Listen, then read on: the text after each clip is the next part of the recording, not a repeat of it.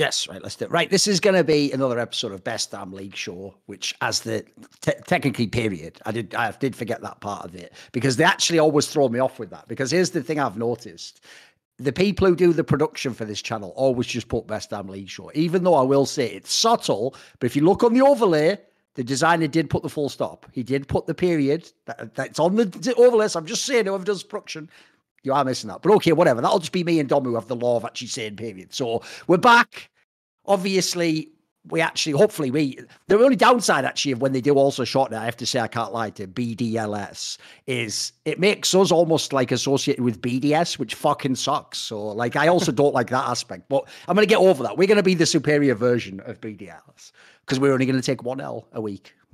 That's almost something there. Someone focus group that, because that was almost a good joke. It wasn't quite like, you can see the makers. So anyway, we're here back for week number 2. Obviously, we did the first week, which was the pre-season, then was the rankings. Now, one thing I actually talked about at the beginning of Summoning Insight yesterday, which I want to get your take on actually, Dom, is I feel like people have to run through different formats a few times before they get the sort of like intuitive feel of where they are in the format. Because, dude, I think people are still acting like this is the normal like LEC splits. I even saw all these comments that were like teams that went like 1 and 2, like Fnatic. There was people that were just like, oh, it's fine because, you know, it's like the beginning of the split. And that's like, guys, you know, there's only 3 weeks of this. And then if you somehow fuck up and you come like 9th, you're just out. Like, you're just waiting weeks for us again. So like that aspect of it, I actually do think in a fucked up way, actually makes these BO1s more important. It actually makes them like almost matter.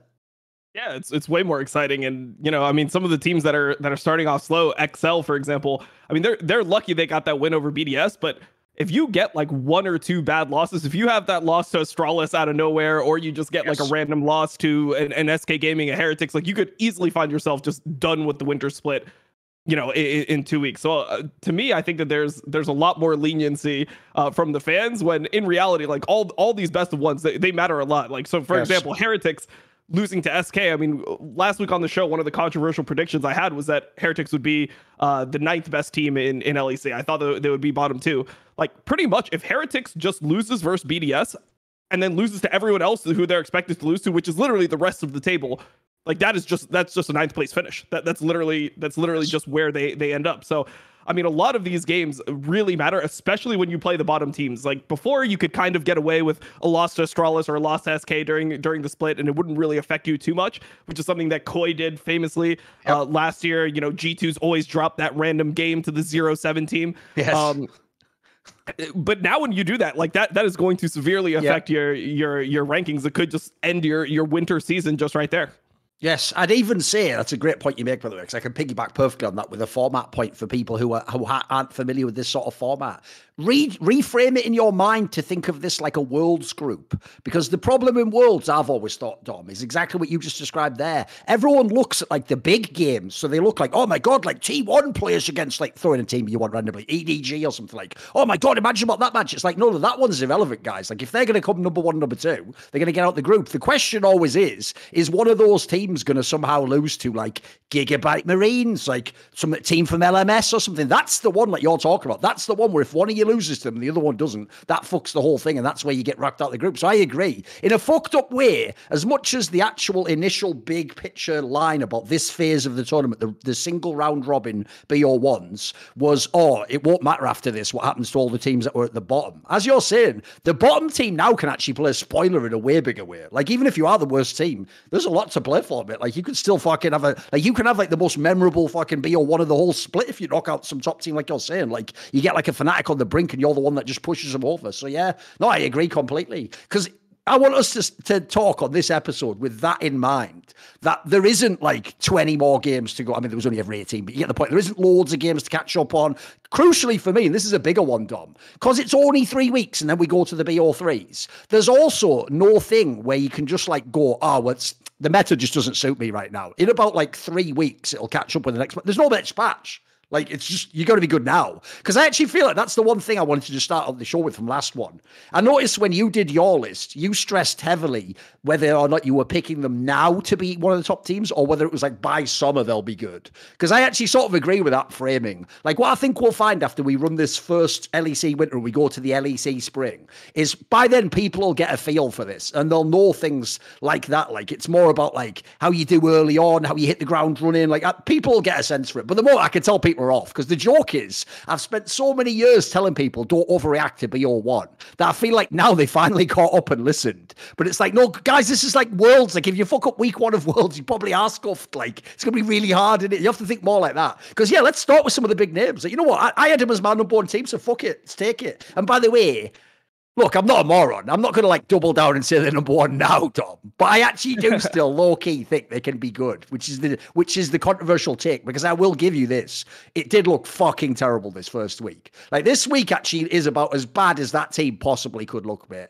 And let's be real, like as you said, it's not even like they were just easily winning the one easy game on the schedule. Even that was actually questionable. Like, they should have lost that game. This team all around, like, let's be real. It's not about the wins or losses. They just look bad, mate. Like, they look. Like, the joke is when you made your analogy, I think you did it for Jankos being in Heretics, but it applies to this team, mate.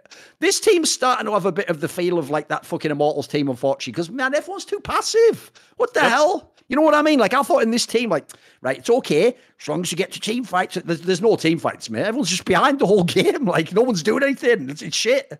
Yeah, I mean, and that's the formation of the roster. I think Treats had a pretty good call on this. I did like a tier list with him, and that was the one thing that he picked up on is he said, when you look at all the players individually, where is the firepower in your lineup? Like, who's the guy that's going to be the catalyst for action? Like, even some of those bad teams that we had in previous splits, for example, SK Gaming, they had Gilius, right? They had somebody who was there to make things happen on the map. But when you look at this team, like Odo Omne is the weak side king. Xerxes is one of the more like, I guess, efficiency-based but passive junglers that we have.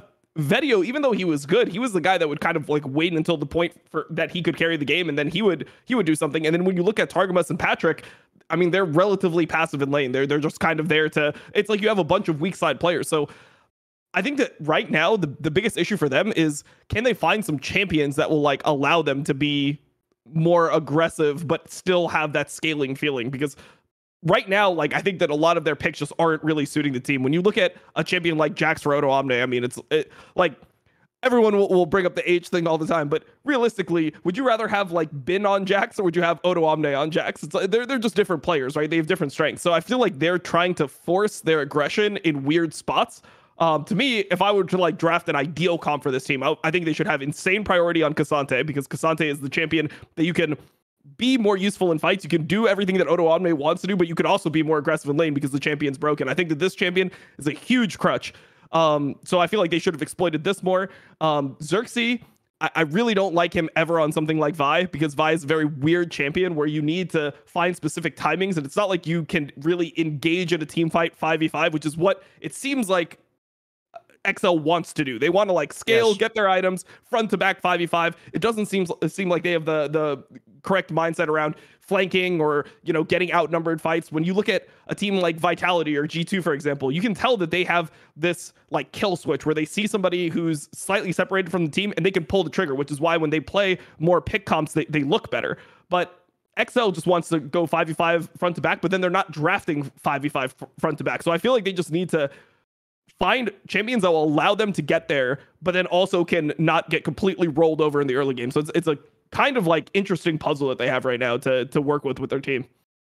That said, though, I'm not going to bail on them, though, mate. I actually do still think these pieces can be way better than they looked in these matches. Like, I agree. When you think about all the individual aspects and then like pair them together, they're going to have some issues. But I'll say one thing that I think is a massive upside is that they actually are in a scenario where I actually consider their coach, one of his strengths, in my opinion, Youngbok, is actually like, as time goes on with the roster, like paring it down and getting the right picks for the players, as it were. I've always thought that was a strength of his. I would even say, if you want, I'm not just talking only about Fnatic and the old teams. If you want a modern day example, I thought he's always done a pretty good job with how he's worked with Marcoon, for example. I feel like he's gradually allowed him to expand his pool, but not go too crazy. And sort of like, if he sees a pick like works against a shit team, he gets a pick then, but then he goes with the safe pick when it's the playoffs. I thought in general he's done a good job. So to me, me, the big problem they're also going to have in this team is they are working with a completely new lineup. Like, I know you can say Oduamne and Xerxes played together ages ago. Like, guys, that was fucking forever ago. That was half of League of Legends ago. That doesn't really matter. So to me, it's a really difficult puzzle. It's a harder one than I initially thought. But the other thing I'll also throw in as well is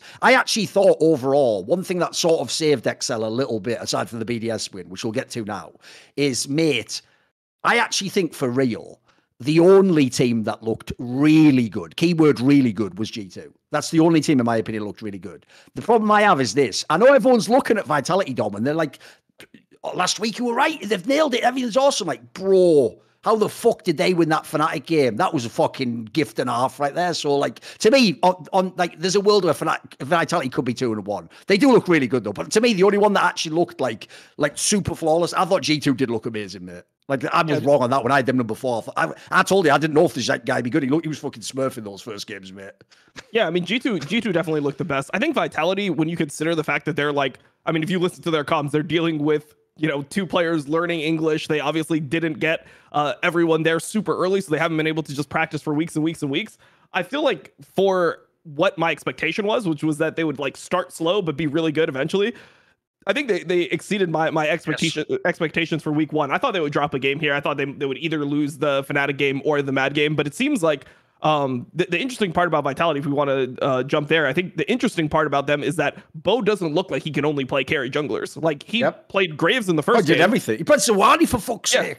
Yeah, he played the Sejuani, and he was actually good on Sejuani. Yeah, true. He looked good on Sejuani, and then he played Vi, and he was by far the best Vi that we saw this weekend. Like, he just has a different mindset as towards like how to capitalize on people instinct. He has that killer instinct that he's got, that just like LPL killer instinct that you don't really see in other regions. So I actually think that the team had probably the best week 1 I can imagine, given all the factors. And also, I mean, the other new player that you have to talk about is Photon, who I didn't really have expectations for. I mean, I never watched a game of his, right? So like, I didn't go back and watch T1 challengers. Like, I don't normally do that. All you need to know is I didn't even hear hype from Korean people about this. Like, I have some like Korean connections. They didn't even hype this guy, mate. I heard nothing. So I was amazed. I thought he fucking smurfed. Yeah, he played really well. So the only thing that I really considered when it came to Photon was the location that he came from. T1 Challengers. T1 Challengers just produces good fucking players. They have, yes. Berserker, Owner, like, I mean, if you just go down the list, Zeus came from T1 Challengers, Closer came from T1 Challengers. I mean, you just go down the list, Guma, like, there's just been so much talent coming from that organization and that academy team specifically that, if you're going to get a rookie and you get shot down multiple times on your plan A, plan B, and you just need a player to fill the spot, that's a perfect place to go get him. So for me, I actually thought that, given where I expected they would start, I thought they would be like maybe like a 4th, 5th looking team and then get it together towards the end of the split. Comparing to that expectation, I think they actually did pretty well. I mean, they do look like the second best team in LEC. Oh, for sure. Yes. I'm just saying, I make the distinction. Like, I'll give G2 it full on. They did get the 10 out of 10 flying marks. The Vitality one was a little bit more questionable. By the way, what you mentioned there about the comms, it's funny how people have different takes on it. Because, when they put that comm clip up where they were doing the Baron, it was a bit messy.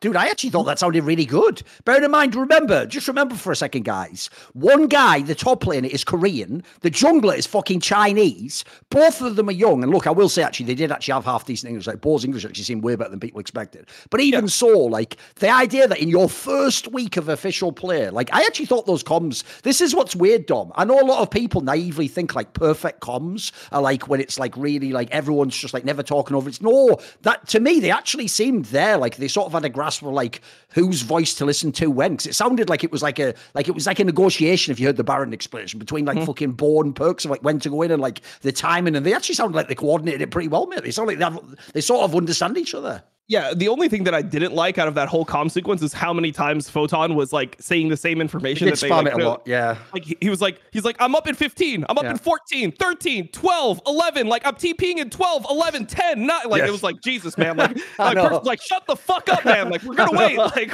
we're waiting for your TP. Like, chill the fuck out. That was the only part of it that I was like, okay, like this cluttered comms, and it's obviously from like nerves of like he's the guy dead, and he's like, oh shit, like I just died.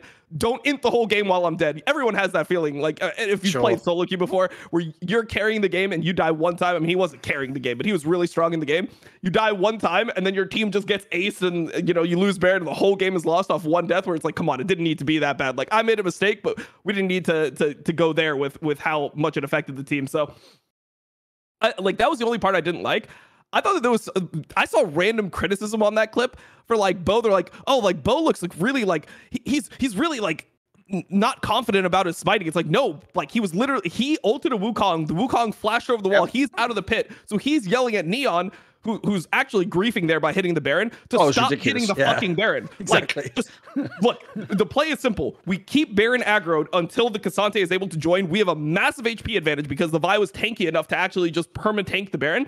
And then when they come in to steal, we deny vision. They're going to have to come in at a weird time to steal. When their jungler comes in to steal, we Vi ult him, we kill him, and we do Baron. Like that was clearly the idea that Bo had the entire time, which is actually a really smart way to play it. When I saw him start tanking that Baron, like just 1v, like they're in a 4v5 and he just starts tanking the Baron, just starts hitting the Baron in front of them and keeping it aggroed. I was like, damn, like that is fucking smart. I don't know how many players would have the confidence to understand that situation. It's like he just has such a great intuitive understanding for how to like really exploit mistakes from the enemy team that it's something that gives you hype for the league because you haven't had a player like this. Like, when was the last time you had an import in LEC that looked like this in their first week? Oh, never. Like, I mean, let's be real. Even Malrang, who obviously was like probably the best example of like a true import, it still took him a while to get it all going awesome, and everyone questioned him. Like, dude, this guy, like you're saying, the debut was almost as perfect as it could get. Like, the real sad thing about this debut, by the way, is this will sound whack as a criticism, because obviously it's brilliant for LEC, but because me and you watch the LPL, it just makes me sad again, remembering what this guy could have done with fucking Doinby. Guys, with Doinby! We're talking peak Doinby as well, if you don't know, like when he actually became like a fucking really good laner. Like, mate, they actually could have won worlds together. These guys are insane. Like, it's actually all, but the joke is that that's why it was worth the gamble always, because this guy never should have even been available for a fucking LEC team. It's not even the best LEC team's Vitality. It's not even like G2. Like, the idea you pick this guy up, that's why there won't be more imports like this, because the joke is, it's only because of the weird circumstances, that he'd ever not be in an LCK or LPL team in it, so...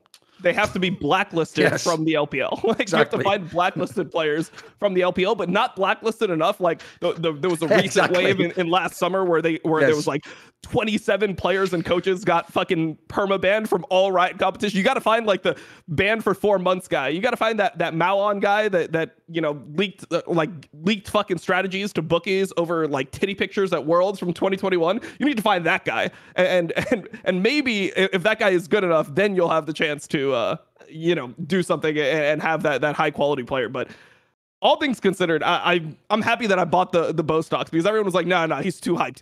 There's no way for him to live up to the hype, because he's like, the hype is just too much. It's like, no. If you watched him play, like, there's hype. Oh, no, that's weird. Yeah, that's the weirdest take of all, Dom. Because if you go back, you can go back and watch the last episode if you're a random fan and you think we're just making it up and change our opinions. I even say on the episode, it's nothing to do with him individually, by the way. Like, the problem is when you have the eye test that guy has, Dom, when he plays solo queue, like, I'm sorry, that guy has to be good at League of Legends. It's actually impossible he is somehow a fraud. Like, here's the difference, Dom. When people would tell me, like, oh my God, you've got to see Kyrie as LP. If I go and watch him, it's just like watching a normal player in the US. Yeah, he's good.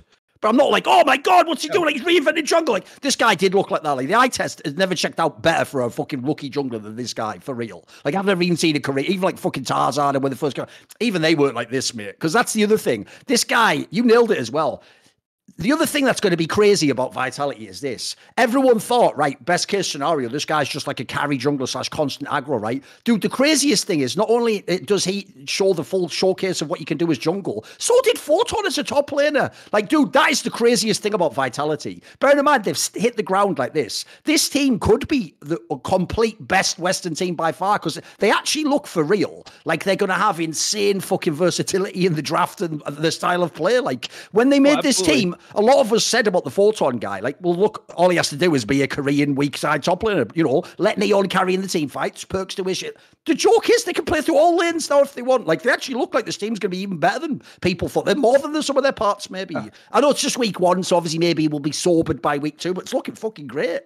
I mean, there's specific things that you can look at in the game where you're like, this guy's for real. I mean, you could take the stats. I mean, he got first blood all 3 games, right? Like, so they played Vitality played 3 games. Bo is killing people before he's level 6 in every single game. But I think there's certain things that are missed when you're watching the broadcast that are so fucking smart that will level up LEC if other people catch on. So for example, the first thing that I think about, that Vi game that he played into Elyoya, right? The Vi game he played in game 3 versus Mad Lions. He goes into his bot side jungle level 3, and Sejuani is there, or whatever champion Elyoya was playing. Maybe it was Wukong. I think Elyoya was playing Wukong, actually. Yeah, so Elyoya is there, right? And he gets chunked out. And he knows also that the enemy support, Bo knows that the Mad Lion support, Hylissang, is also there. So Lulu and Wukong are actually invading, and they chunk him out. And what he does is most people would get chunked out of their jungle, and they would go like, oh, well, I'm just going to go to like the enemy top side, or I'm just going to go back to my top side, or I'll try a gank top. What he does is Bo just waits in mid lane, knows that they're going to take his blue, and then he walks through that same path and then loops around and kills Nisqy. There's no way Nisqy could ever expect him to be there. He's like, oh, we have control of this side. Like, normally you learn that. Yes, process of elimination. Yeah, you chunked him out of that side. That is your side to hug. So Nisqy can play super aggressive, knowing that all he has to avoid is the top side play. But Bo actually comes and hits him from the bot side of mid while he just got chunked out. Like, the presence of mind to understand the mind game there, know that they're going to take his buff, and then like go unseen and gank mid. I thought that was super, super impressive. And that's the difference between somebody like Bo and somebody like Karay, for example. When you watch Karay play, he's really smart about how to win solo queue games, but you could see that there's like a lack of mechanics there. You could see that he's just not the best mechanical player. Like, he's good enough to be rank 1, obviously, but there's something lacking. But when you watch Bo play, he's got everything. He's got the mental game on lock, and then also the mechanical proficiency is insane. I mean, there was a clip on Reddit today where I was watching him play Jace, and I'm like, yeah, that might be one of the best Western Jaces I've ever seen. Like, if you just go watch him play a champion that's mechanically difficult in another role, he's carrying the game. He's like the best AD carry on the fucking server as well. They had that meme that they made. I saw Neon made that joke where they were like, that Neon's actually like the 3rd best ADC on Vitality because of perks as well. That's pretty good, whoever came up with that. That's good banter. No, it's funny, but like, it's actually it's probably true though. Yeah, it is. Come on.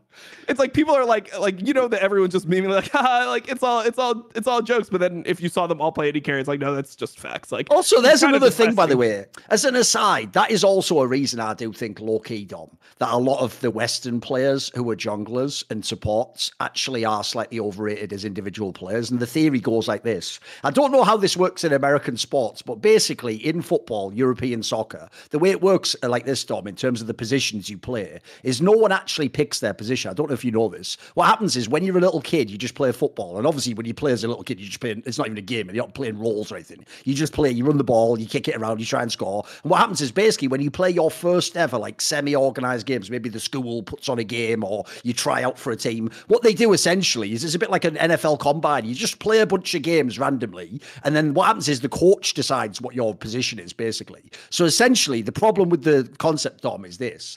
If you're just not that fast, and you know, the joke is you're just going to end up as the defender or the goalkeeper or something, aren't you? Like, you're not going to be the striker or the winger. Like, they're the best positions. So realistically, the actual way the sport, in theory, is just like decided is initially based on like how sort of like overall your ability level is, and they sort of put it's like league in that sense. Like, in theory, like the most skilled player with all the best should be the mid laner. You know, like you could imagine how you could set the roles up. The problem is this, right? Where I'm going to get to is this. I actually feel like Western League of Legends is like that, dude. Like, most of the time, people who are junglers and stuff, maybe they are people who don't want to be the top player or something. The support player, I mean, the memes write themselves, but a lot of people were the worst player, or they were a guy playing with friends, or they have a mate who's a really good ADC, right? I do get the vibe there's some of that. So you get the occasional player who is a monster at those roles, and it's just but it's very rare. I think in general, they are just weaker player. The joke is, if you ever go to the Asian regions, because I've heard this about other like Chinese and Korean junglers and supports, by the way, some of those guys, for real, like people have even said on their teams, they were like mechanically better. You've heard these stories about some of the Korean supports. Like, there's stories where some of them could like beat their mid laner 1v1. Like, yeah, the story about SOFM, there's a similar one. The support he used to like 1v1 or fucking like Zhao and beat him or something mental like that. Like, what? You know, like some ridiculous story. Like, yeah, the joke with the Asian players is that's why they are just so OP. Because I get the vibe, like, they do just decide, like, I'm going to be a jungler. And it's like, but you have the best mechanics in the whole game. Yeah, I'm just a jungler with the best mechanics. Like, fucking hell, like, that is OP. That's totally OP if you got that. It's why Keria, if you don't know, guys, if you're one of these idiots who thinks, like, the player won or lost, Keria is probably like the best player in the world last year and he didn't win Worlds. Like, that's what a support can be like from Asia. They could just be like the absolute 10 out of 10 level on all the skill metrics, mechanics. Like, that's why, because here's the thing we're getting to basically, Dom, is, right? Think about how we always praise Jankos as the brain jungler. Obviously, I'd say Elyoya is probably the modern day mechanics jungler. Like, this guy, even though we've only seen a week, he's on another level mechanically. I don't think I've ever seen a young player just come out the gate like this. Normally as well, you have a stage game where you feel nervous or something. You just don't got any of that affected him, mate. He hasn't had a single moment he looked like he slowed down. I mean, you saw the first game. The first game he plays, he's the most hyped player, and people are like, oh shit, is this guy going to be good? And you know that when that happens, most people actually want to see him fail. Like, so many people, I can even see my chat. They're like, why are you overhyping this guy? Like, Dom, you're so fucking cringe. Stop overhyping this guy. Like he's not going to be that good. Like, he's not even ranked 1 right now, or like some random fucking argument, because people just hate seeing somebody be like praised for being good at anything, I guess. And in the first fucking game, he's just level 2 killing Reckless, like fucking like 145. Reckless is already dead. I know you must have loved that. Just seeing Reckless's debut just get. Listen, Dom, I can't lie. I did say this on Somebody Insight. In fact, we've talked about Vitality. Let's talk about Fnatic a bit. They're actually a very interesting team to discuss this week. Like I said, their record was interesting. They could maybe have had a better record. But let's start with that point, because the joke is, at least I can bring up one of the old classics out of the attic, like hating on Reckless, being a bit too passive, a bit shit, and not really being that impressive. The joke is, like, he just played into my hands, mate. Like, it's actually a bit sad, I have to say, because do you want to know what's sad, Dom?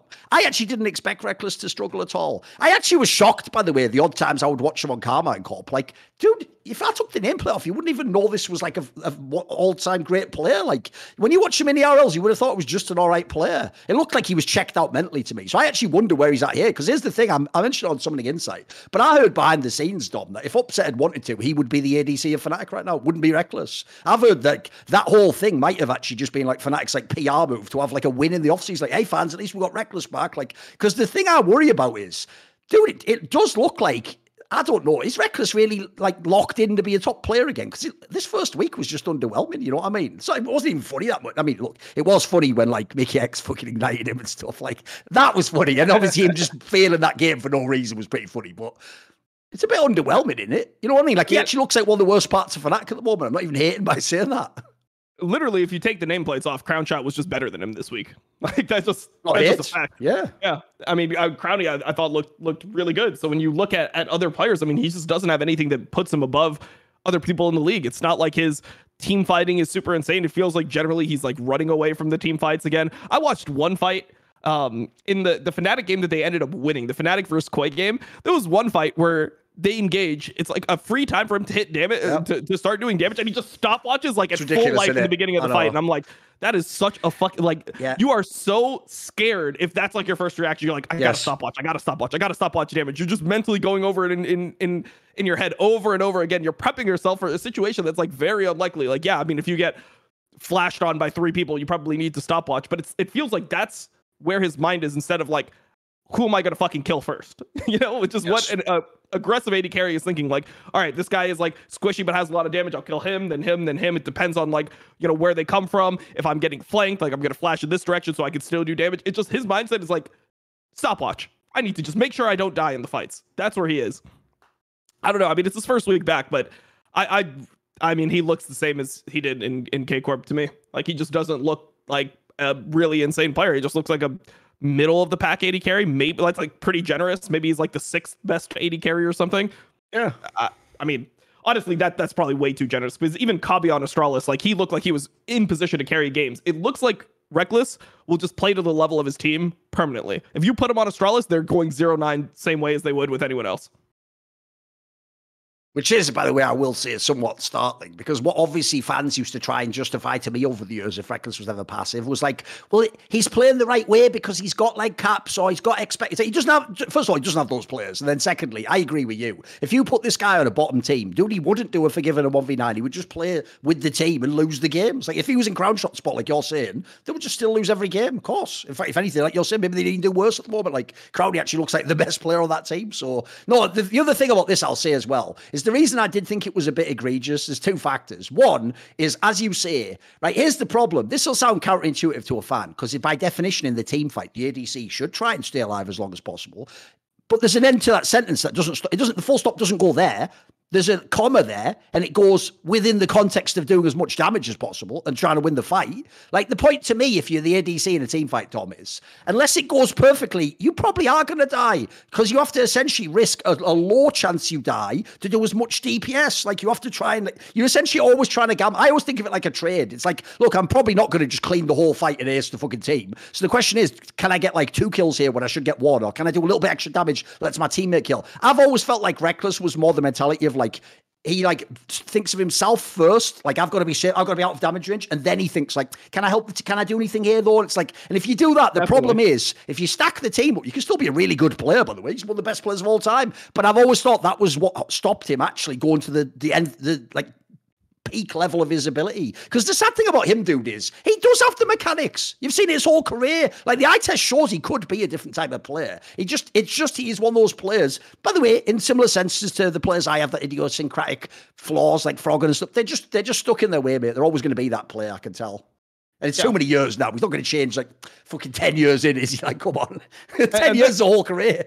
There's another level, but I think that, you know, what Fnatic needs is they need somebody who's going to clean up fights, because there's going to be some like ugly fucking fights. When you have Wunder, Razork, and Humanoid, somebody's going to die early, and it's going to be a 4v5, and you're going to need to like kite out the 4v5 or recognize when you can deal damage. It seems like those situations are just like completely foreign to Rekkles. It's like, oh no, it's a 4v5. Like, you just made the mistake and you died early. Like, in review, you should just not die there, and then we can, you know, then we could win the 5v5 fight when you're alive. It's not, how do we make the best out of the situation? So, yeah, I don't know. I was pretty unimpressed. But even within the context of being one of those passive AD carries, because there's other like AD carries that would go into that like passive box. Like, for example, Ruler is somebody who's like the best at being like probably the best of all time at that style. Yeah, survive, but also like once I'm safe, I'm gonna deal max damage.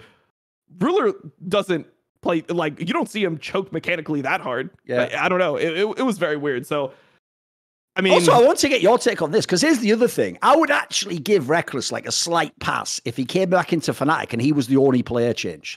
Dude, the Rooks guy actually looks good. This guy actually looks like this isn't Hylissang, who, by the way, still looks fucking shit, even on Mad Lions, but we'll get to that in a minute. Like, the Rooks guy actually looks like what a good pickup this was. Normally, I think they overhype those like stand-ins for Worlds. Essentially, you only have to play like 2 good games, and people say he actually looks legit, though, mate. Like, that's what's also a bit underwhelming. Like, this guy actually has some skills. I can see why they picked him up. The rest of the team actually looks half decent, mate. I will say, though, if we're going to talk about the Bo Perkz one, I know we don't really get to hear the comms very often, because mainly Fnatic's one of those teams where it's all just jokes or memes or like everyone like, nice! It's never like real fucking comms. All I'll say is this. My speculation, just to be hilarious, is I think Chinese formerly banned jungler Bo and Perkz from fucking Croatia appear to, on week 1 of their careers, together, have better fucking comms and synergy than Razork and Humanoid, who've now played together for a year. Like, this is stupid as fuck. Like, why did they keep these players? Because I have to say, mate, Razork especially, the more I watch him play, it's sad, because I don't in any way think he's a bad player. I think he's actually mechanically pretty good. But I just get the vibe, dude, that he looks like he just doesn't have very good comms with most people on his team, if you know what I mean. Like, I get this, like, I feel like comms should surely be one of the absolute best things for a jungler. Shouldn't it be top of the list?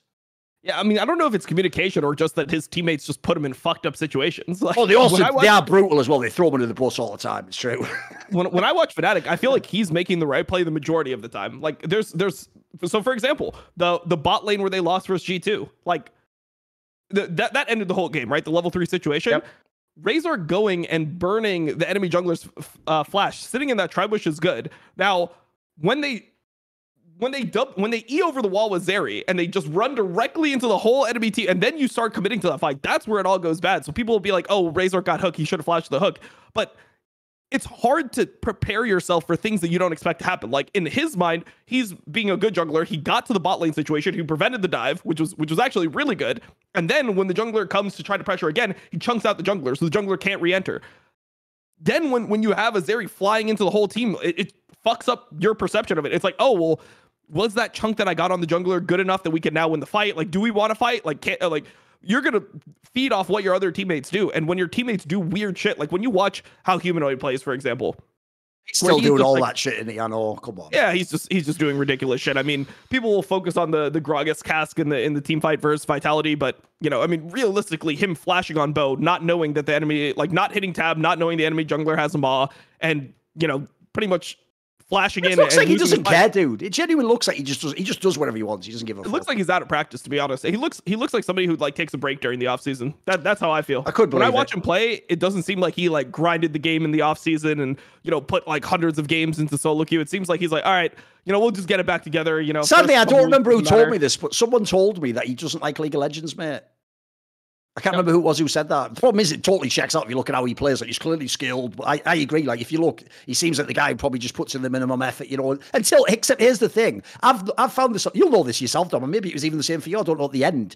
A lot of people who are pros, by the way, it's actually very rare that you get the faker type guy who genuinely seems to like playing League of Legends 10 hours a day for 10 years. Even when people start like that, I find after a couple of years, most pros, the love of the game goes down year on year on year, like drastically. And a lot of them, it's only a few years, a lot of them just start saying what people like Soaz are actually brave enough to say publicly. They'll just actually say, like, actually, I only really play for competition. Because the problem with that is, if you notice, and by the way, that's why Soaz is the best example ever. Yeah, that's what I was going to ask. Because the thing is, what I find is, by default, the people where they mainly care about competition, logically, they just increase how much they practice by the competition. So yeah, if you're at Worlds, like he was, suddenly he was good. So he had the effort in. When he was in playoffs in summer, he started to get together. But the problem is, you put this guy on a random regular season game, he just sends him. He just fucking phones it in. Yeah.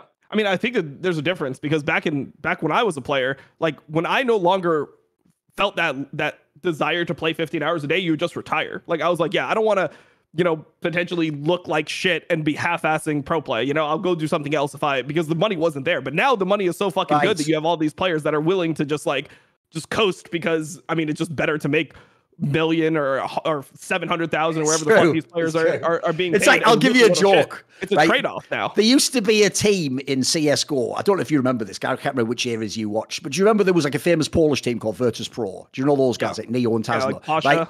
Famously, they were one of the teams where when the salaries got like as big as they did in CSGO, they were one of the ones where like there was like one of those news articles that sort of like leaks what your salary is. And they basically used to get, Dom, I can't remember if it's $20,000 or $25,000 a month, which at the time in CSGO, by the way, was like an insane salary. Like this is the era, by the way, when winning the major was like 100K for the whole team. So like getting 25K a month is mental. And the joke is, right, every fan used to forget how much they got paid and they'd all talk about them like they were a normal Counter-Strike team. So what they do, Dom, is this. When they were playing badly for like 3 months, fans would go like, oh, I'm really worried that like this guy's going to like step down from the team. And I would always have to come on talk shows and go, guys, he is a fucking professional video game player from Poland who didn't finish school. I'm going to guess he's going to stick this one out. I'm going to guess if they ask him like, you look like you've lost motivation. Do you want to keep playing? I'm going to guess he's always going to go, yes, until they fucking claw that 25K from his cold, dead hands. Like, it's 25K. All you have to do is just say, I'll give it another month. You know what I mean? Like, you're right. The temptation would be pretty fucking high. Like, in your case, you were in LCS as well. Like, dude, you would have been on more than that. Like, you could be on like fucking million a year, like you say, right? It's pretty hard to say no to that. I mean, obviously, back in my day, there was a trade-off where it's like streaming paid more money. So if you didn't want to play pro and you could make more money doing something else, it was like an easy decision, right? And then once you start progressing towards a different career, it's hard to like go back and it's like, well, if I become a top tier pro again, then maybe I could make the same amount of money that I'm making right now. It's just like there's a weird balance there. But now, I mean, people are just willing to. They're like, yeah, you know what? Like, I'll just play LEC or LCS. I look like shit. I just won't check social media. I don't give a fuck what people say. I'm getting paid enough money that I don't give a fuck what people say anymore.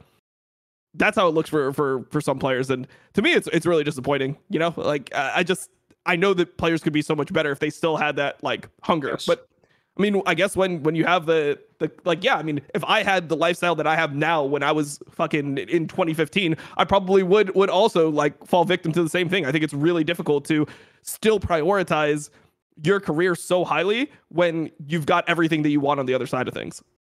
Yes, absolutely. It's why I actually do think any player who can just keep it going for all those years, like I think a modern example would be someone like a Perks or something. I think they are just good as fuck. It's amazing. They can just keep trying every year and come back after the challenges and think you can do more. Oh, it's amazing, isn't it? Like that mindset when you see it is so rare.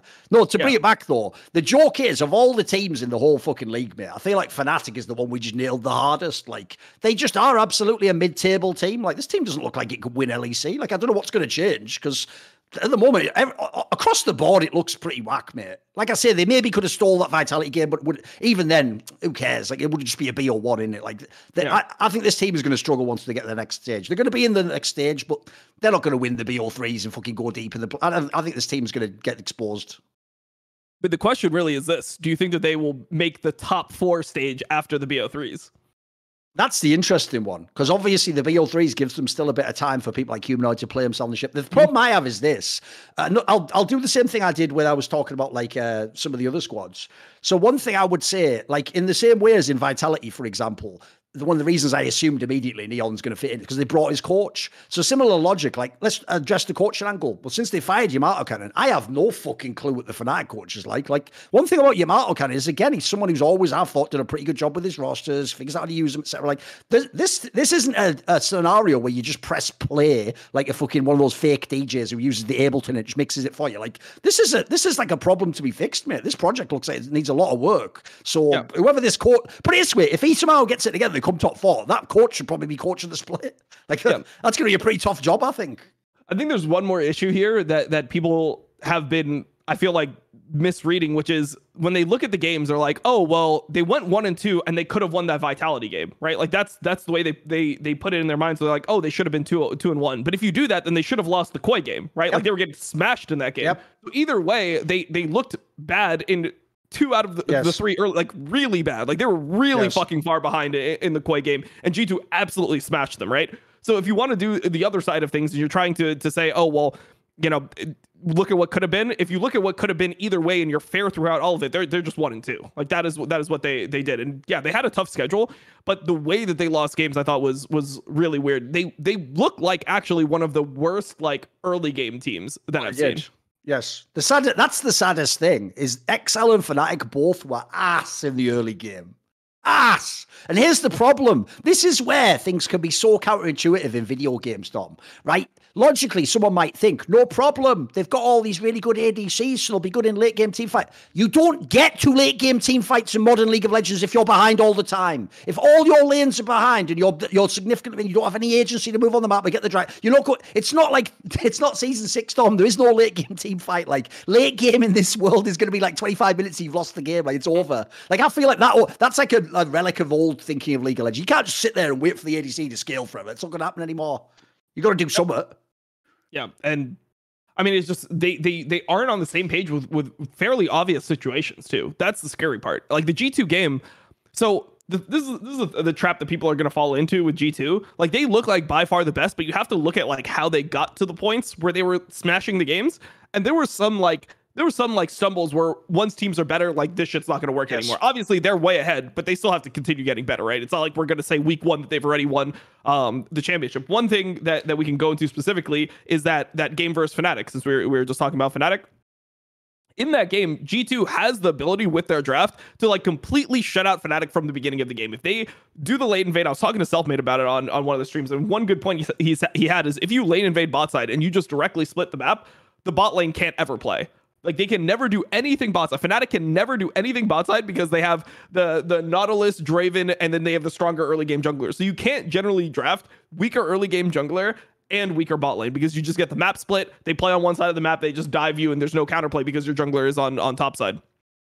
Maybe you can TP or something, and then they can back off, and then your top side is massively losing, and they could do it again. There's just a situation there's an unfixable problem if the enemy team plays it well. The thing about Fnatic is they actually got the godsend. The Viego didn't start in their jungle, and Razork was actually able to start topside and cover the dive. But then they still fucked it. Like they took an aggressive. They're jumping into an aggressive 3v3 with Zeri, Yuumi, and Sejuani into Viego. The key point here is they opted into it, right, Dom? They could have chose not to have this fight. Yeah, 100%. They opted into something like that, and that's like it's like. We're in season 13. What? We're fighting early game with Yuumi into Draven. Like we don't Draven, know. I know exactly. Come on. Draven. And also, there's the other thing, dude. You're reckless. You've played every fucking Draven forever. You know Hansama. Yeah, you know what it's like to play against Draven. You know what? You just stay away from him for the first like 5 levels. Come on. Yeah. For sure. I mean, you just get to look. Draven is the same thing. You let him do whatever the fuck he wants. You try to make sure that you're not diveable, and then you like bring people at level 6. You get a gank at a certain timing. You just make the game hard for the fucking Draven to play. You kill him once, and then you're just ahead for the rest of the game. Yes. We have to know in season 13 to not opt into a fight where like you have weaker early game support, you have weaker early game AD carry, and weaker early game jungler. It doesn't get more obvious than that. So that's my issue with Fnatic is like, how do you guys like? They know it. That's the problem is they do know it. I'm not like some fucking genius where I'm like, hey, maybe we should not take this 3v3, and they'd be like, what the fuck? Oh. Yeah, I never thought of that. No, they know that this is the obvious play, but they can't execute it together. Also, here's the other thing, dude. Like, that's an example of where it's not even one mistake. It's about 3 mistakes in a row. Like, if you go back and watch, I was just looking at it now while you were talking. Dude, they have like about 3 chances to just disengage. Even at the end, they can just walk away and they just go back in and get fucking Nautilus hooked. Like, I mean, Reckless can't flash like an an auto. Like, what the hell? Flashes once the auto's already on him. It's like disgusting. Like, come on, bro. Like, we're flashing when the auto's already on us and giving him a triple. Like, surely we don't all have to die here. Come on. Come on, man. And people will say you're being too harsh on Fnatic, but like it's week 1. I agree. Is basic League of Legends. Like if I saw this in a solo queue game, I'm typing. Like if I am juggling and I saw this in a solo queue game, you're getting a new novel written in that game before the game ends. Yes. Here's the thing, though. Well, obviously, one thing we'll have to discuss about G2 because it was one of our focal points of the pre-season thing. It's why I had them down at number 4. It's because I had no clue what would happen with the Yike guy. And mate, if we were talking about the Bow one, could this guy have had a better fucking entry to the LEC? Dude, you know, do people know how rare it is, Dom, that in competitive play in the West, a jungler gets like 10 kills? This guy was doing it like every game. What the fuck? Like, this is about the best fucking, for someone who wasn't insanely hyped. Like, this is fucking amazing. Like, I agree with you. Look, it is just week 1, and they are going to show some holes, and they're going to have some times where it's going to be way more competitive. But fuck, this Yike guy looks like a great pickup. Fair play. I thought there's no way this Jankos gamble can work. And look, it's obviously only week 1, but it's about the best week 1 you could hope for. This guy was fucking smurfing some of these games. He was smurfing, but there's still like, there's in every single game before 6, he made a mistake, right? Every single game he made a mistake that ended up working out, but like, when I'm looking at things, I'm like, oh, this is not what should happen. Example, right? then. So, like what? Like okay, just for stylistic purposes. Yeah. Okay, so we'll just go through all 3 mistakes. The first one is like that second invade that he did on Raptors with Graves. Like the first invade was good, right? Then he invaded again when he didn't have items. He just dies. So you're playing a Heimer Graves, like you're trying to continually pressure, and you randomly die. You like if you're playing versus a top tier team, that's going to put you behind for the rest of the game. It's going to be very hard for you to get back into the game. Obviously, they were just better than the other team, so they just would find another opportunity quickly where they were able to win it. But realistically, these are mistakes that put you behind. When you're playing Graves and you're behind like that, the game goes rough. All right, second game versus Fnatic, the way like not splitting the map, and then when he tries to enter Tribush, the fact that Razork actually chunked him out, that should stifle the bot lane play. That should immediately stifle the bot lane play and give the Zeri Yuumi more time to scale up. Like you won't be able to get dove anymore, and if you don't get dove, there's not really going to be a kill angle, unless they freeze the wave on you where like they push it in really hard, you don't contest it at all, and then they freeze the wave on you on the way out. That'll be your next kill angle. But that not getting dove is really crucial, because at least if you're pushing out, you're not going to lose the wave under turret and fucking die. Just have like the worst situation ever. So that was the second one. And then the game 3, he actually makes 2 mistakes. Number 1, when he invades, he should be dropping the ward over the wall of blue so that he can actually see where the enemy jungler is. He puts it in the bush. But he should ward over the wall of blue. Also, he has mid prio, so even if the Sejuani is camping that brush for some reason, he still should be okay, right? Like he should be able to get out of the situation with his Q. So he should drop the ward over the wall. He gets his flash blown because he doesn't see where the Sejuani is entering, so he gets his flash blown by the Lux. And then the mid situation, he goes into a 2v2 with no flash, and if Caps isn't completely smart, like just look at what Caps does there. He flashes to block Dayor's because the Kindred's flashless. So they engage on the Kindred. Caps goes, flashes to block Dayor's E, hits the Q on 113, pulls in Dayor, then E's them, and it allows him to get off like a little bit more damage, and they win the 2v2. Like, he's getting away with some things that in coming weeks eventually that like you're gonna have to clean things up. But this way, even the way you described that one, if you don't have caps on your team, that one doesn't work. So yeah, there you go. There's already where he's getting a bit of a boost. Here's the thing though, one thing when you were talking there that I did think of though, that's a good point to make, is if you look at who he did play in week 1 though, Dom. True, they played some like big names, but look, he played Cersei, Razork, and 113. Like, the joke is that's also a very welcoming set of junglers if you know how those guys play. Like, the real question is this week he at least plays against Jankos and Bo and fucking Marcoon. Like, this will be the week to see, because when he plays against Bo or fucking Jankos, I want to see what happens then, mate. That'll be the interesting one to me. Those are the two tests on either end of the spectrum, you know. I mean, I expect it to go well for him because these mistakes are going to be easily able to clear up. You know, like you can get better. This is the thing, is when you play the way Yike did, it's so much easier to get better because your mistakes are like so obvious. You're like, oh, okay, like I was doing the right thing, but if I just adjust it slightly, then it goes 10 times better, right? If he just bases in the first game and buys his double longsword, then he could just make the same play again. In game 2, if he just splits the map, like you literally just agree as a team, oh, we're just going to start in their jungle here. We're just going to directly split the map, and then you just are ahead, right? So like that's a very easy solution as well. And then game number 3 is just drop the word in a different place so you don't get your flash blown. These are all things that they can review for 5 minutes. And with all the experience around him, somebody's going to be able to catch this. This is not crazy information that he's going to like struggle to get. I mean, there are some puzzles that are harder, but when you play the way Yike does, it's so much easier to improve because your mistakes are so blatantly obvious. Like, as soon as they happen, you're like, oh, well, I shouldn't have lost my flash there. Oh, I shouldn't have invaded here. It's just way easier for him to solve the puzzle. So I think it'll go well for him if his lanes continue playing the way he does. Because if Mikyx and Hans Sama are just having pressure the entire time bot lane, yep, and then you have mid lane that Caps is just winning every mid lane, he's just having pressure pretty much the entire time mid. The game's so easy to play. You can just invade one side of the map permanently. Yes. By the way, there's another thing as well. Fair play to G2. The gamble on Hans Sama thus far is looking great. It actually does look like what everyone hoped for in the offseason. Like, he just came back to Europe. They did the fucking Men in Black thing. There was no LCS Hans Sama. Oh, great. Time to play with Mikyx. Like, it looked fucking great. And also, the Mikyx one, mate. This guy is one of the most enigmatic players ever. I almost feel like the only reason we're not all obsessed with Mikyx is because Hylissang came along just before him and has similar sort of like strengths and weaknesses. And so he just ends up seeming like sort of like fucking Hylissang light to some people. But dude, this guy's so interesting to me because what's weird about him is there doesn't seem to be like any rhyme or reason as to when he's really good. He seems to just almost, I wonder if he's like an intuitive player or something, because he just has these times where he'll look bad like Hylissang, and then he just has weeks where it's like, of course you pick this guy, he's a fucking monster. Like, this guy looks really good again. I can see why they brought him back to G2. Maybe Hans Sama was right. It's a fucking good pickup so far. Yeah, I mean, he plays like Hylissang used to play. That's the thing. He plays like Hylissang used to play, where it's mostly good, but then he just has like a few ints every game. Exactly. But it's so much pressure that you give him the pass. Like, you're pressuring the map so hard that you're altering the game into your favor massively by what you're doing on the map. You could critique his play. I mean, if you want to go through every single game, I mean, the Ashe game was really terrible, right? Like, that was just a terrible Ashe game in terms of his actual play. He got killed in the lane. Like, you're picking Ashe into, what was it, Lux with Predator, and you died in lane to Lux with Predator. Like, that's rough. And then he gets caught again.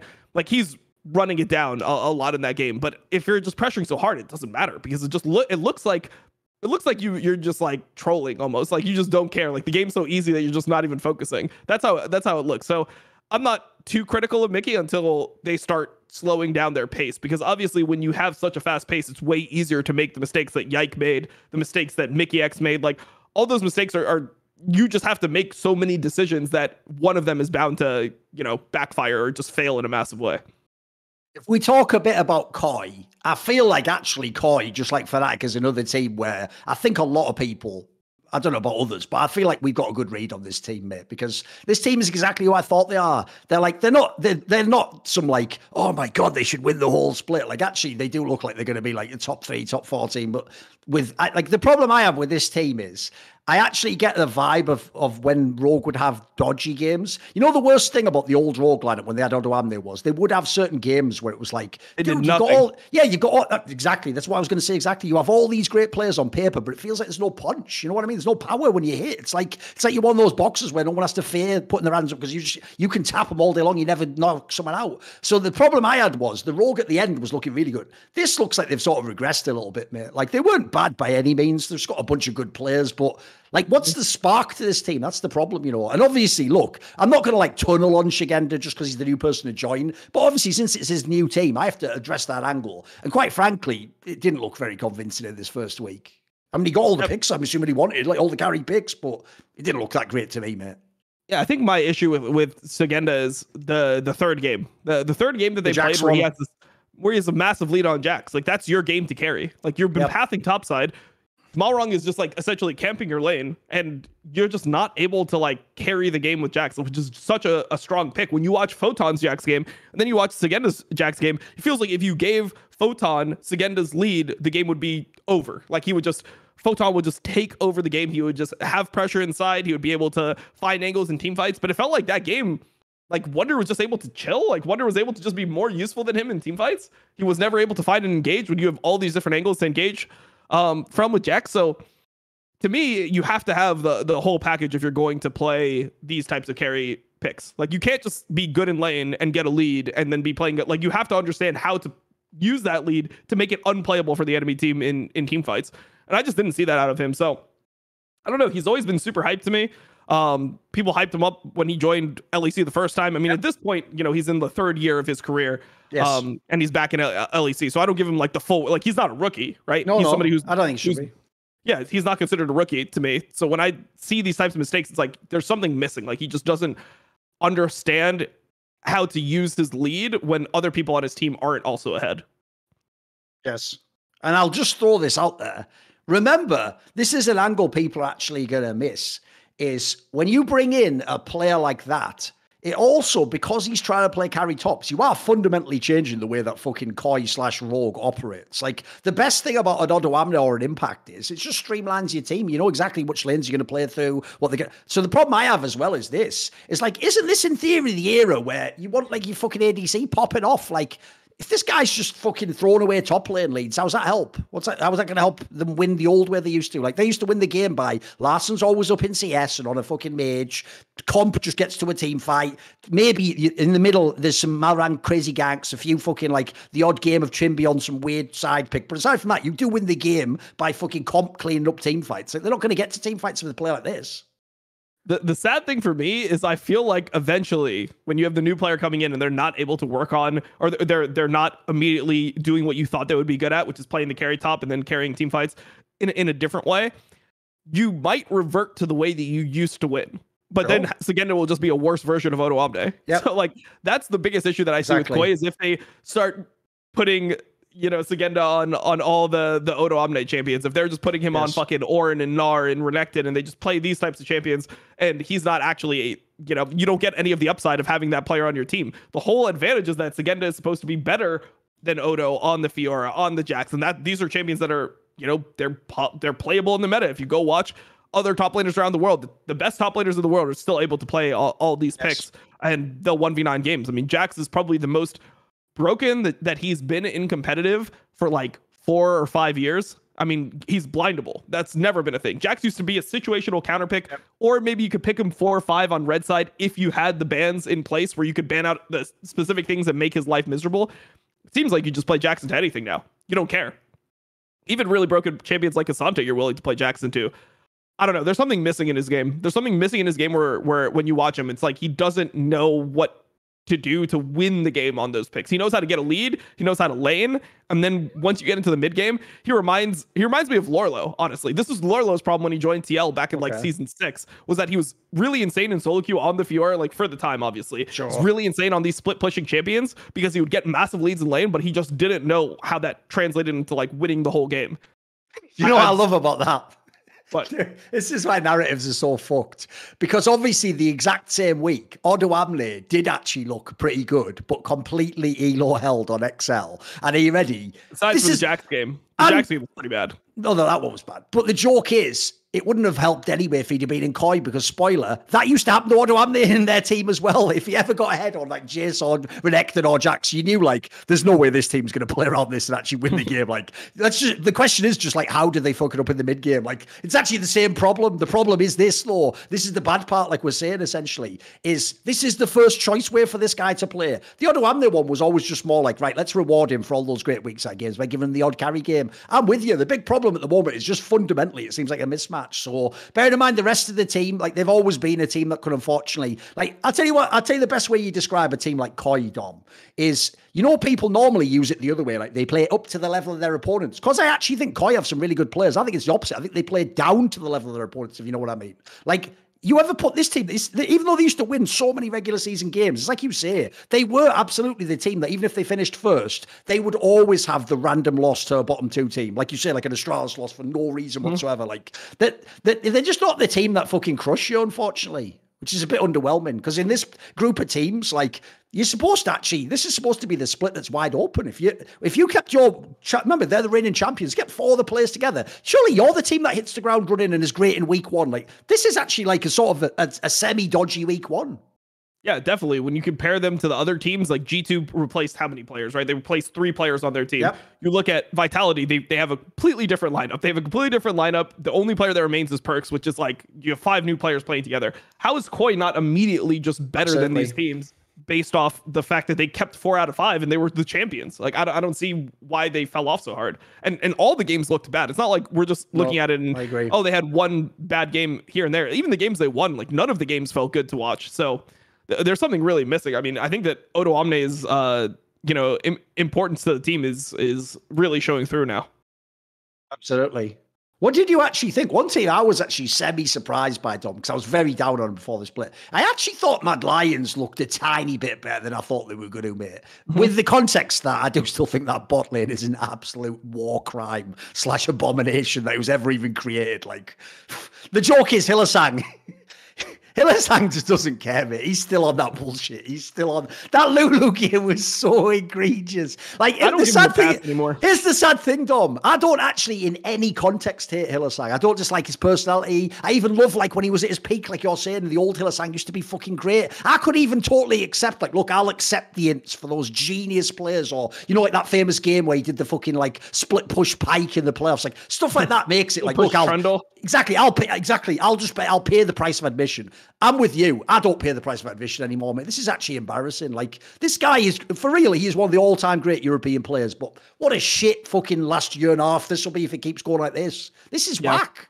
It's been about a year, because I feel like in spring, he was actually really good last year. I mean, he was MVP candidate in spring, but playoffs was not good, and I just feel like he can't play Enchanters. It just seems like he just does not have the ability to play Enchanters. And we've been in an Enchanter meta for a while now, so I don't know. I mean, his Enchanters are even worse, dude. Let's be real.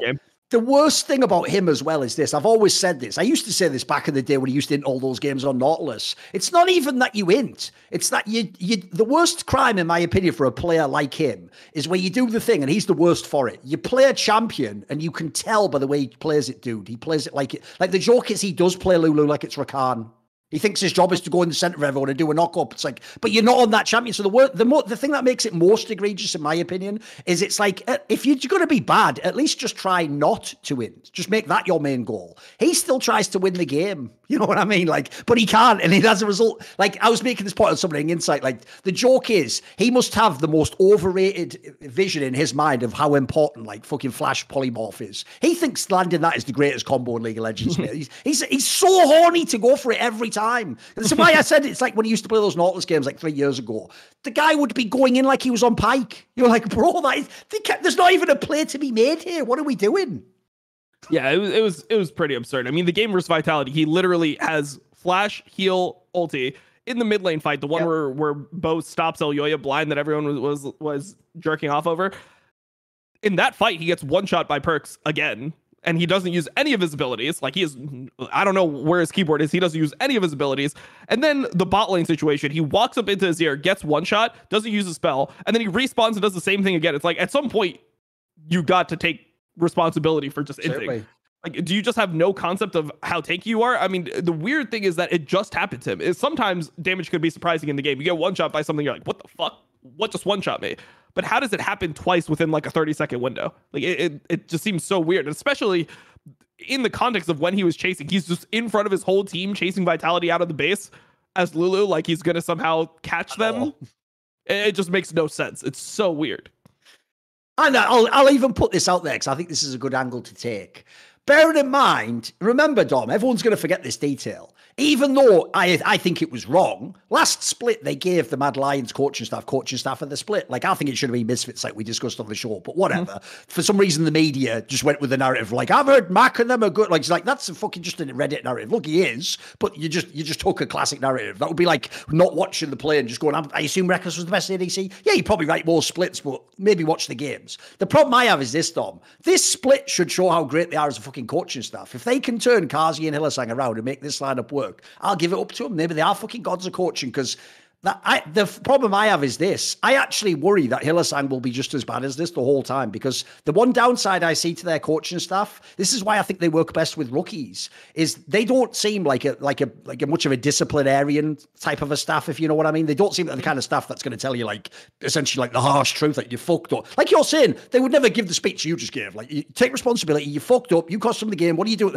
I don't think they would do that. So I do worry. I hope they don't take too soft a touch with him, because I think that's a problem you have to get on now, dude. Like I was saying before about like the format and stuff, like, sure, you went 2-1, so you're probably going to make next phase, but if this team wants any chance of being like a relevant team, they've got to fix that issue. You can't just have this guy, it goes 0-7 on Lulu. What? Yeah, I mean, I think the problem that they have is they feel as a coaching staff, or just from talking to them as people, that they don't want to like detract from the strengths of the player by, honing in on their weaknesses. They don't want to be like, Hylissang, don't go for anything ever, and then he just ends up being like a bot in the bot lane. He's just AFK the entire game. So they're really careful with how they approach it, but I just don't know what the correct solution is. Like, are they going to go through all the phases of trying to figure out how you end up winning with Hylissang? Are you going to be the team that just completely ignores like what the meta is, and it's like, okay, we'll give them Yuumi and we'll just play to dive them, get Hylissang on like Nautilus or Leona, and he's just going to go in over and over again?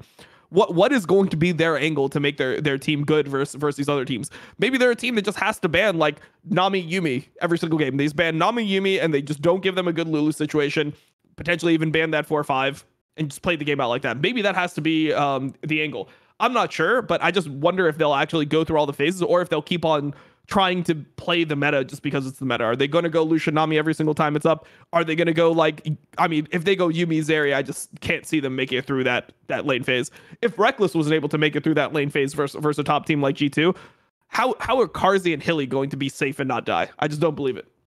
Yeah, so the thing to me is this. I will say, though, I actually think, as mad as it sounds, if you are Mac and the guys at Mad Lions, the Hylissang problem is like a good problem to have. Because when we were having that discussion last year, Dom, about like, is this really the time you finally cut Hylissang from Fnatic? Because we talked about, in the past, yeah, he would have like time. I wouldn't even say he had whole splits. He just had weeks where he did in past years. This was the first time he truly just like fucked a whole split up. But at the same time, the big problem obviously is if you kick him, your nightmare is, what if it's like some mad fucking Thresh meta next split and he's just the best again? So of all the teams, if you look in LEC, Mad Lions actually is the team that should have gambled on him. They lost Kaiser, so they're not getting a player as good as that coming in.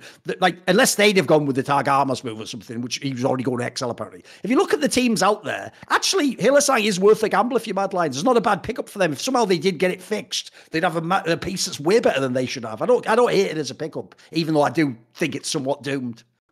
Yeah, I mean, you got to go for something. I don't hate it either. It's just like the pairing is the most. The pairing's the worst. Yeah, that's the one I don't get. Here's the thing, dude. Like, I didn't know Reckless or the Rooks guy wouldn't have great synergy. This one doesn't even look like on paper it should work for any reason, Yeah, I mean, you tell that to anyone.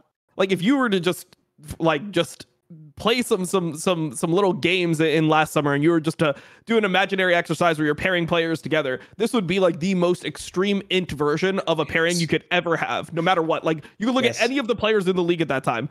There's not a more int pairing you could ever have than Carzzy Hylissang. And I'll just say it again. Look, it's sort of a rhetorical thing I say, guys. I do actually know why. Like, as Dom says, I've talked to Mac and people from Mad Lions. I've talked to teammates of his. I do know why people value Carzzy. I'll rephrase it. Here's the problem. It's not that I don't know what they see in Carzzy, Dom. I just don't believe them. Is that a good way to phrase it? Like, because they've all told me all that shit. Like, oh, it's calm, it's good attitude. Like, he actually does know what to do in like the middle of it. I just don't believe it. That's it. And I'll throw this in as well. You're an ADC, brother. You've got to actually be able to do well in lane. That's half your game. That is half your game. Like, yeah, I mean, they kind of had some good lanes. They had a good lane versus They were all Vitality, right. I guess. They were all right. No, that one was pretty decent, actually. Before they started completely inting, right? I mean, to be honest, that game, I mean, we're talking about bot lane because that's an interesting point. Like, Nisqy just played a fucking bad game. I don't think there's anything more to say than that for mid lane. But in bot lane, the number one, the drafting is weird. You don't take Lucian over the Nami. You take the Nami because Nami can actually lane with other champions, and if you take Lucian doesn't have a good pairing outside of Nami. So that was weird. But the fact that they were able to play the Lucian Lulu and actually have pressure bot lane, and they got themselves into an advantageous position, they solo killed the bot lane. They actually would have went 2-0 if they didn't get dragged into the mid lane fight that was occurring the same way. So that was okay. That was a better lane than I expected. It's just like, it's not good enough. Like, even if you have aggressive players and you're able to get a couple kills in lane, if you then int like 7 fights in a row, who the fuck cares? Like, lane is only a small portion of the game. And sure, you can make the argument that it's the most important portion, but even if it is the most important portion, once you die once, all that work that you did instantly goes away. I mean, you know how it is to play a solo queue game. If you play a solo queue game, you're like 3-0, you got a 600 gold shutdown on you, 600 gold total, 300 gold shutdown, and you die once in the game, you instantly feel, you're like, oh shit, that guy's even with me. Yeah. And then if you're not able to get that lead back in the mid or late game, that's it. Like, you've just thrown your lead, and now you're just going to be behind for the rest of the game. I just don't see them being able to keep their leads even when they get the leads. Yes. By the way, just as an aside, that's easily the way I would just describe why I think Carzzy's just an inappropriate player for a top team.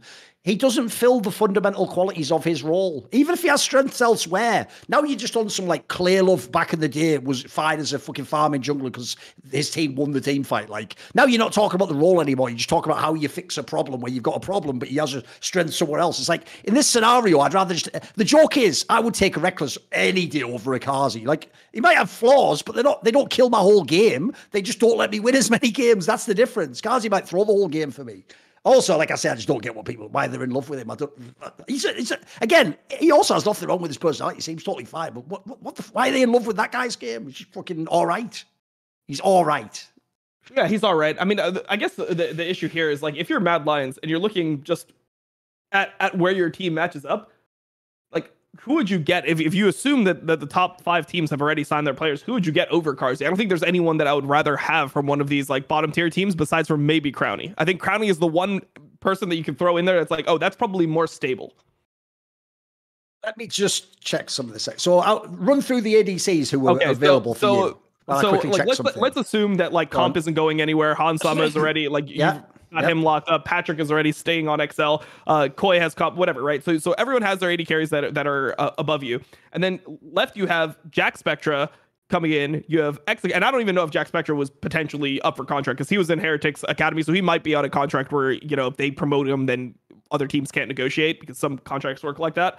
And you have the ability to sign between Crownie, you have Jack Spectra, you have Exakick, and then you have Kabi. I guess Kabi is the only one that you could say, but even that, I mean, Kabi, I feel like is limited upside. So I can understand the Carzzy pick in the context of the 80 carries that were left. What I was doing while you were talking there was I was just very carefully reading some DMs so I don't fuck this up. Because one of the reasons why, if you notice in League of Legends, Dom, I don't very often leak like behind the scenes stuff. But when I do, it's always fucking true. It's always goated. It's always locked down. I've got all the source. So all I'll tell you is this. I'm sure you heard something similar privately. So if you can confirm. Well, I heard that potentially it would actually have been Upset on Vitality instead of fucking Neon. Yeah. Interesting. Wouldn't that have been an interesting move, right? On Vitality. Not yeah, on Vitality. Okay. No, Vitality. Because I've heard, here's what I heard. I've heard it would have been Upset on Vitality, and that Upset didn't want to stay in Fnatic, but then because of this, Fnatic, like last minute, had to get Reckless or whatever. And then I've heard that part of why it didn't happen in terms of like some of the other moves was then, like, I think while they were like negotiating with Neon, they like Vitality just like didn't they just like give Carzzy the fucking Mad Lions, like, look, he wants to play there again, just like gave him away or something. So I think the way that the deal went, just like the timing was off on it all. But that would also be interesting because if you notice anyone who's heard their off-season rumors for the last like 5 years, it seems like Upset and Perks just want to play together. I don't know, like every time they get a chance, they just draw them together like that. It just never happens somehow. It just never happens. It's a perfect fit, right? Like that, when you think about what each of them bring. Upset wants somebody who like knows how to win, and like he doesn't care if like they win lane or anything. He's like, you just have the vision of knowing how to win, because that's what he's been struggling with. And then Perks just wants somebody who's a fucking beast that he can like direct, you know, like somebody who is just super proficient at what they do. I mean, Perks made the joke in the offseason to me where he said, "Oh, I'm just trying to get carried by Zoomers." Like, that's what he said. He's like, "I just want a bunch of Zoomers on my team to carry me," you know, like that. That was his offseason discussion point. So I think that makes sense. I don't know. Everyone just hates Upset for some reason. I've noticed like in the community, they have some weird perception of how he's like the most, like if you have Upset, you have to play through him all the time. It's like, that's never how it is. If you watch any of these teams that he's on, it's always that they try to play through other people and it never fucking works. They always start like that. Yep. You're right. The joke is, by the way, and then they default to Upset later. The joke is, that's exactly right. What's so mad about Upset's career? I've observed the same thing, Dom. It's the same thing that happens to all the Reckless teams. You start out playing like solo lane style or whatever, and then what you do is when things go bad, they're super reliable ADC, so you just load up the ADC and you play through them. Of course. Like the joke is, on bad teams, you should ask for that anyway if you're far and away the best player and you play a position like ADC. But I actually think on the top teams, I don't know why that's a criticism, Dom, because I think it's the other way around, like you said. I don't think he comes in and goes, the only way we play is through bot. I am Uzi I from Germany, 1v9. It's the other way. He comes in like a normal... By the way, here's the other thing from knowing Upset. This is a guy, it's a bit like... let me think who I could give an example of here. I mean, he'll do anything he'll do anything to win. Basically, here's the problem. The joke is, I actually think Upset's dream is a bit like Perks' dream there. Upset's dream for real is to have the best solo laners, and sometimes he gets carried. But every fan thinks he just wants to be the guy with the most CS and 1v9. It has to be all. I actually think the same thing you do. Like, I think what happens is when he notices it just does not work. And by the way, Fnatic was a perfect example, because even though on paper they had some amazing names, that team fundamentally did not work. And the only way they won games in the playoffs was let's just do all through the fucking bot lane. It was all about what you drafted bot lane, how you played through bot lane. Razork just ganked bot lane like every fucking game, it felt like. Like, the joke is, that's actually a positive, guys, that at least you always have one win condition with these guys. At least you can always load it around them. I agree. I've always thought like the fan hate was so weird, because like the joke is they would hate on Reckless, Fnatic fans, when he won games in Fnatic, and then Reckless can just like have an average to bad game, lose the game, and they're like, well, give him a chance, give him more time. Like, what? Why do you hate this guy so much? Because I'm with you. Because the other move I was going to say, like, obviously didn't happen with the Vitality moves. It would also have been interesting if he'd have gambled and gone to Mad Lions, right? I'm sure it'd be for way less money, but look, I don't like the Hylissang pairing style. I don't know why he's in love with him, but I would love it if Upset was on this team, mate. That'd be an interesting squad. For sure. I don't know. People have a weird perception of him. And also, like, the weird thing is that everyone knows his contract. Like, everyone thinks that he was just available and no team wanted him. That's what people legitimately think. People are that fucking sick in the head that they think that he was just like a free piece, and people are like, nah, he's too much of a problem, so we don't want him on the team. So it's just weird at this point, the fan hate towards Upset. A good angle for you, actually. Here's a good angle on that I thought I should bring up for you, though. I do feel like he is one of the rare players I've ever seen, Dom, where I don't know if it was... I think it actually might not have been wrong to sit out this split.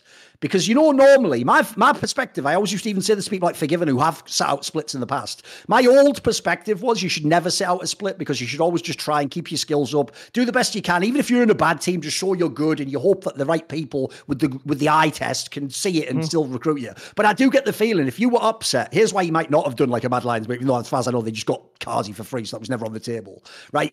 When you're in the scenario he is, and you've spent all those years getting hated on as the 1v9 ADC, and you finally get into a team like Fnatic for a few years, dude, if you go back and you play for a Heretics, a BDS, a Mad Lions, and you in any way don't win, all those haters will be 10 times more vocal. You know what I mean? They'll just make it that it was you, and they'll be like, look, he's shit, he's done, and you'll never...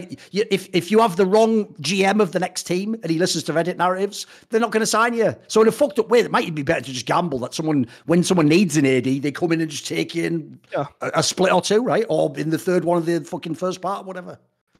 Yeah, I mean, I've seen people take time off now, and after seeing a few people do it, if you are like somebody who has years of experience, I mean, similar to like how Nisqy took spring off, and you actually are grinding, I don't think you're going to lose that much in a split. In 6 months, the game doesn't change that much. Communication doesn't change that much. If you start taking years off, I think that then there's an issue. Like maybe if Nemesis came back after not playing since season 10, maybe now we're entering the territory where there's going to be like a massive gap between what he was used to in pro play and what is actually happening now on just like the communication team side of things. But if you're taking a split off and you're still grinding the game, like what is he? He's ranked 2 in LEC EUS solo queue right now. Grinding the fucking game like he's somebody who everyone knows is fucking talented, and you just wait out a portion of your contract. I think that it's fine. I think that it's completely understandable as a player. I mean, we saw Nisqy do it last year. He came back in. He literally won MVP. I mean, we can debate how if he should have actually been MVP, but I mean, I think looking back, a lot of people say that it's really egregious. Overall, I don't think that it was. Here's the thing, egregious is too far. I would just say maybe it's more like a preference thing. I maybe would have taken Elyoya instead. But I don't think, for instance, I think he was in the convo. Yeah, for sure. He was somebody in the convo. If you take playoffs out of your head because none of that counted and you only look at the spring split body of work, I mean, he did join a team that was 7th place and they did place second, like I think they were 1 game behind G2 at the end, and you know I think they were even tied. I think they just lost the tiebreaker or something. Oh yeah. No, the mad thing is, dude, the vibe I get with Nisqy, because it's a good point you brought up. Actually, you might remember this. I know it's an old school pull now because I'm going back to 2007. But do you remember in 2007 when the Mavs had lost the finals to the Heat the year before, and then they had the best record, and Dirk Nowitzki was the MVP, but they lost in the first round of the playoffs to the Warriors, right? Everyone hated and they were like, see, he shouldn't have been the MVP. It's a regular season award, you moron. Losing this game now doesn't mean, what, now magically he wasn't the best player of the whole. Because if people don't know, go back and look that season. That was like a season, by the way, where he was in that like 50, 40, 90 club where you just like max out the fucking shoot. Like, he was the MVP, so I agree with you. Like, the problem is this, because they lost all the playoff series and then did nothing at Worlds and didn't even make the main event, people are just going to now spin it backwards. But it's like, I'm sorry, if you really thought Nisqy wasn't the MVP, you had to say it before the playoffs. You did. Otherwise it wasn't a legit take, was it? Everyone could see if they lose the game, it wasn't as good anymore. But the point is also, let's be real, he did play way better in the regular split than those playoffs. Come on. Yeah, for sure. But I mean, he was probably the more like out of all, because they got 4 all-pro first teams. I think him and Elyoya were like the most solid out of those all-pro first teams. You know, I think if you're gonna start criticizing, I would say maybe Unforgiven could have been down a little bit. Maybe you have.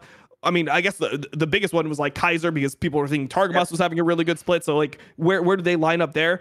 Coaching staff, like they probably should have won all the awards, but I think that was a pretty solid one. But I mean, my point in general is just that if you've been playing for a long period of time and you're not taking off multiple years at this point, especially at this point of League of Legends, because in season 6 to season 8, there was actually a massive gap. Like people would get better and better and better. But if you look at the difference between players in season 11 and season like 13, it's not that big. Like, people are starting to get better. The differences are a lot smaller. Yes. You're not having to relearn massive concepts when you come back in. I think it's completely fine.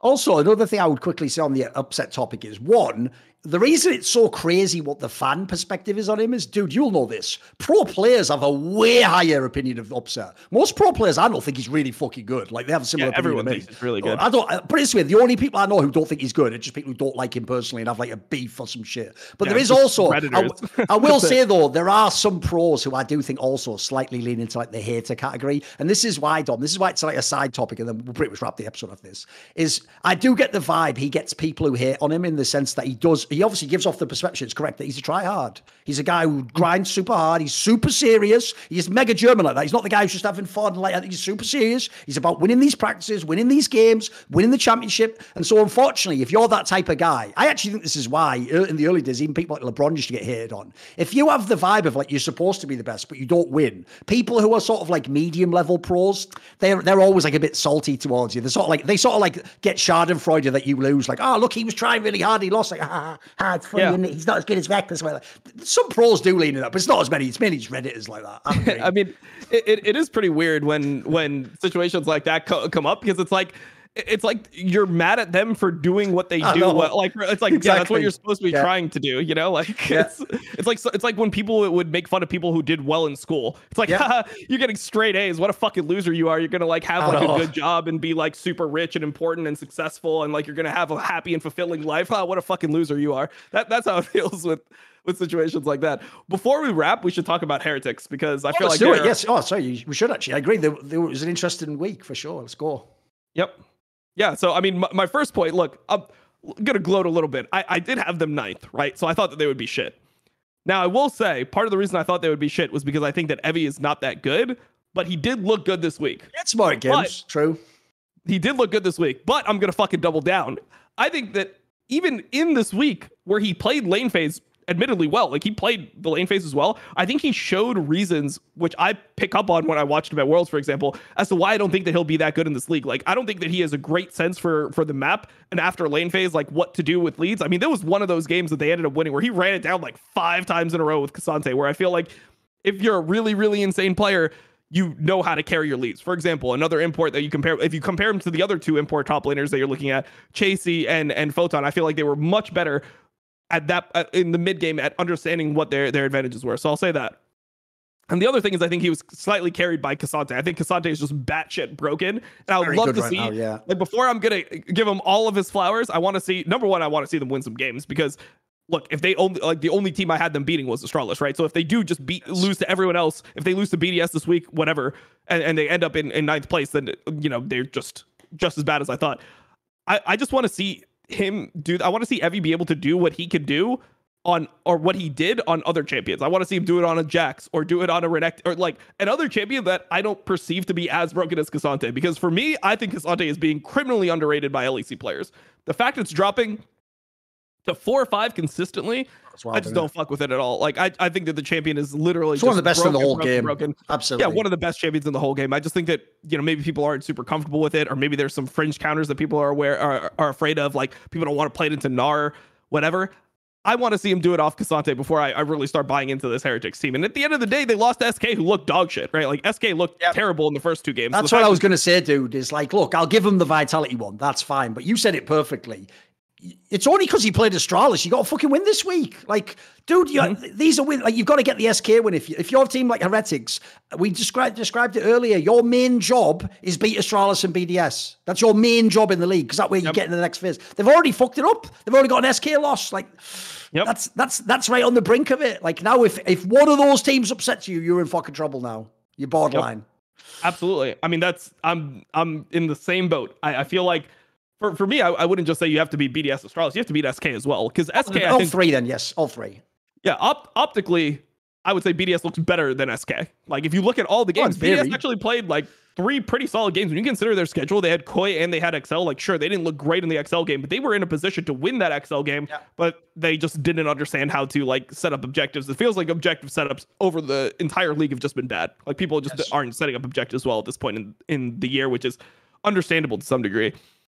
I just think that, like, the way that Heretics has been playing has been, like, it's been very desynced. It's been very weird. Like, there's, like, the way that they lost that game to SK, where they just, like, portaled into the enemy team and instantly fucking lost the game. That was just super strange. It's like the communication. You have, like, Jack Spectra starting to push, and then he's recalling, and then he's trying to push again, and then his team is, like, portaling into the fight. It just looked like they were really like, just desynced from one another. And I do think Jankos is still really just a really good player. Pretty good to me, yeah. But there's something weird about the players that he's playing with. It feels like no one actually knows what to do, or like knows how to win on his team. I mean, they're definitely going to have some firepower issues. That good, because basically, like, that Ruby guy has to turn out to be really good. Like, he has to get like 1.5 times better, probably. Yeah. Just realistically. So all the tools Jankos going to have to work with. Because the other problem I have with it, like, you know what's sad? Yeah, I know you touched on it briefly, but like, even though BDS changed all those players out, Tom, that team is just doomed as an org. Because think about it, right? They don't even have the same coaching staff now, right? Remember, Grab's left. That's all done. They've changed players. This is now 2 versions of BDS that have the same exact problem. They actually, in the early game, can do well and even get ahead and be in the mid game. Like, oh, we're all right. And then they just lose every game. Like, that's the joke is, to a fan, that might seem like the best scenario. Like, oh, you've just got to tweak this. It's like, in a way, that kills me, though. Because you know what's mad? You know what we were discussing earlier, teams like Koi and XL. As mad as it sounds, it might seem hopeless that they're behind so much. But that can be fixed when you've got good players, and then suddenly you don't have a problem with the game at all because you're good at mid and late game. The problem BDS has is if you're only good early and your players aren't that good, like how that can't, guys, there is no like just fix the macro. There's no that like you're just doomed. Like the joke is you're actually getting the best chance to start the game and you're still not winning. A microcosm of that. A microcosm of that, what you're talking about right here was the XL versus BDS game. Like once XL actually started getting the lead, like XL just knew how to win the game. They're like, okay, this is like this is our soul. Yes. We fight Elder here. We like get Baron. We push, and then there was no point where BDS could actually respond to any of the things that were happening on the map anymore. It felt like they just made one too many mistakes, and they just weren't able to figure out how to win. I don't think XL will have a problem winning games once they have leads. I just think they're going to have a problem getting leads. I think BDS is going to have leads, but it's going to be really hard to translate. Like, that's why I have them bottom tier. I don't necessarily think that their players are like that bad when you compare them 1-to-1, or like even in the lane phase, right? Like Nuclear End is not that bad. Or I mean, he changed his name to Nuck. I mean, it's just fucking horrible to look at. His name is fucking Nuck. Like, he can't win, can he? I can't. Because it's like you tell him, like, look, bro, that's like, it's not bad branding. Like, change your alias though to what? Pretty much anything. I changed my name and Nuck. Like, you just don't have good luck with this, do you? Like, give me a fucking maybe crowdsource it. Ask the fans of some of these are shit. These names. But yeah, when you look at like the players, like Adam beat Odo in lane. He was just beating Odo's ass in lane. Like, I mean, Odo just didn't seem like he was that good in that matchup. Nuclear Ant was fine. Oh, here's the banter for you. This is slightly rude. What I'd say is this: if I were you, Nuclear Ant, what I would do is change your name to T-Knock, because you play like a proper backwards cunt. Oh my god. Wasn't bad, whatever. It was a bit childish, but keep going. Jesus. I mean, it's a little bit childish. He's not, by the way, I don't even hate on Nuclear Ant. I just think he's a shit player, that's all. I don't know him as a person. He seems fine. God damn. I mean, I'm kind of impressed with the wordplay, but it wasn't bad, was it? It wasn't bad. It was rude. It was good, but it was like pretty fucked up, I would say. Okay. But I mean, either way, my point is that all of them are actually able to lane. Like, they're all able to actually play 1-to-1, but it's when you put it all together, I mean, they just have no idea. You're playing with a bunch of people that have lost a bunch in their career, right? The only person that's had like any real success in LEC was like Crowny, kind of when he was with SK, where he made playoffs, and then Adam when he was with that Fnatic team. But it's like you're playing your first split, and all like he probably didn't even know what the fuck was happening a lot of the time on the map. You're the top laner, like what type of setups are happening? Like, can he really translate that to his team, show them how to win? Like, Crowny's just been like doomed on bottom teams forever. Is he going to have the ability to really teach them how to like win these games? You just have a bunch of people that have lost. Like, you don't have anyone that knows how to win. So even if you get advantages, it doesn't feel like you can win. Exactly. So tune in next week to find out the answers to those thrilling questions. Will Ruby ever actually prove to be a hidden gem? Will Crowny actually be able to carry BDS to win a game? Well, find out on the next exciting episode of BDLS, period. BDS does L shit, period.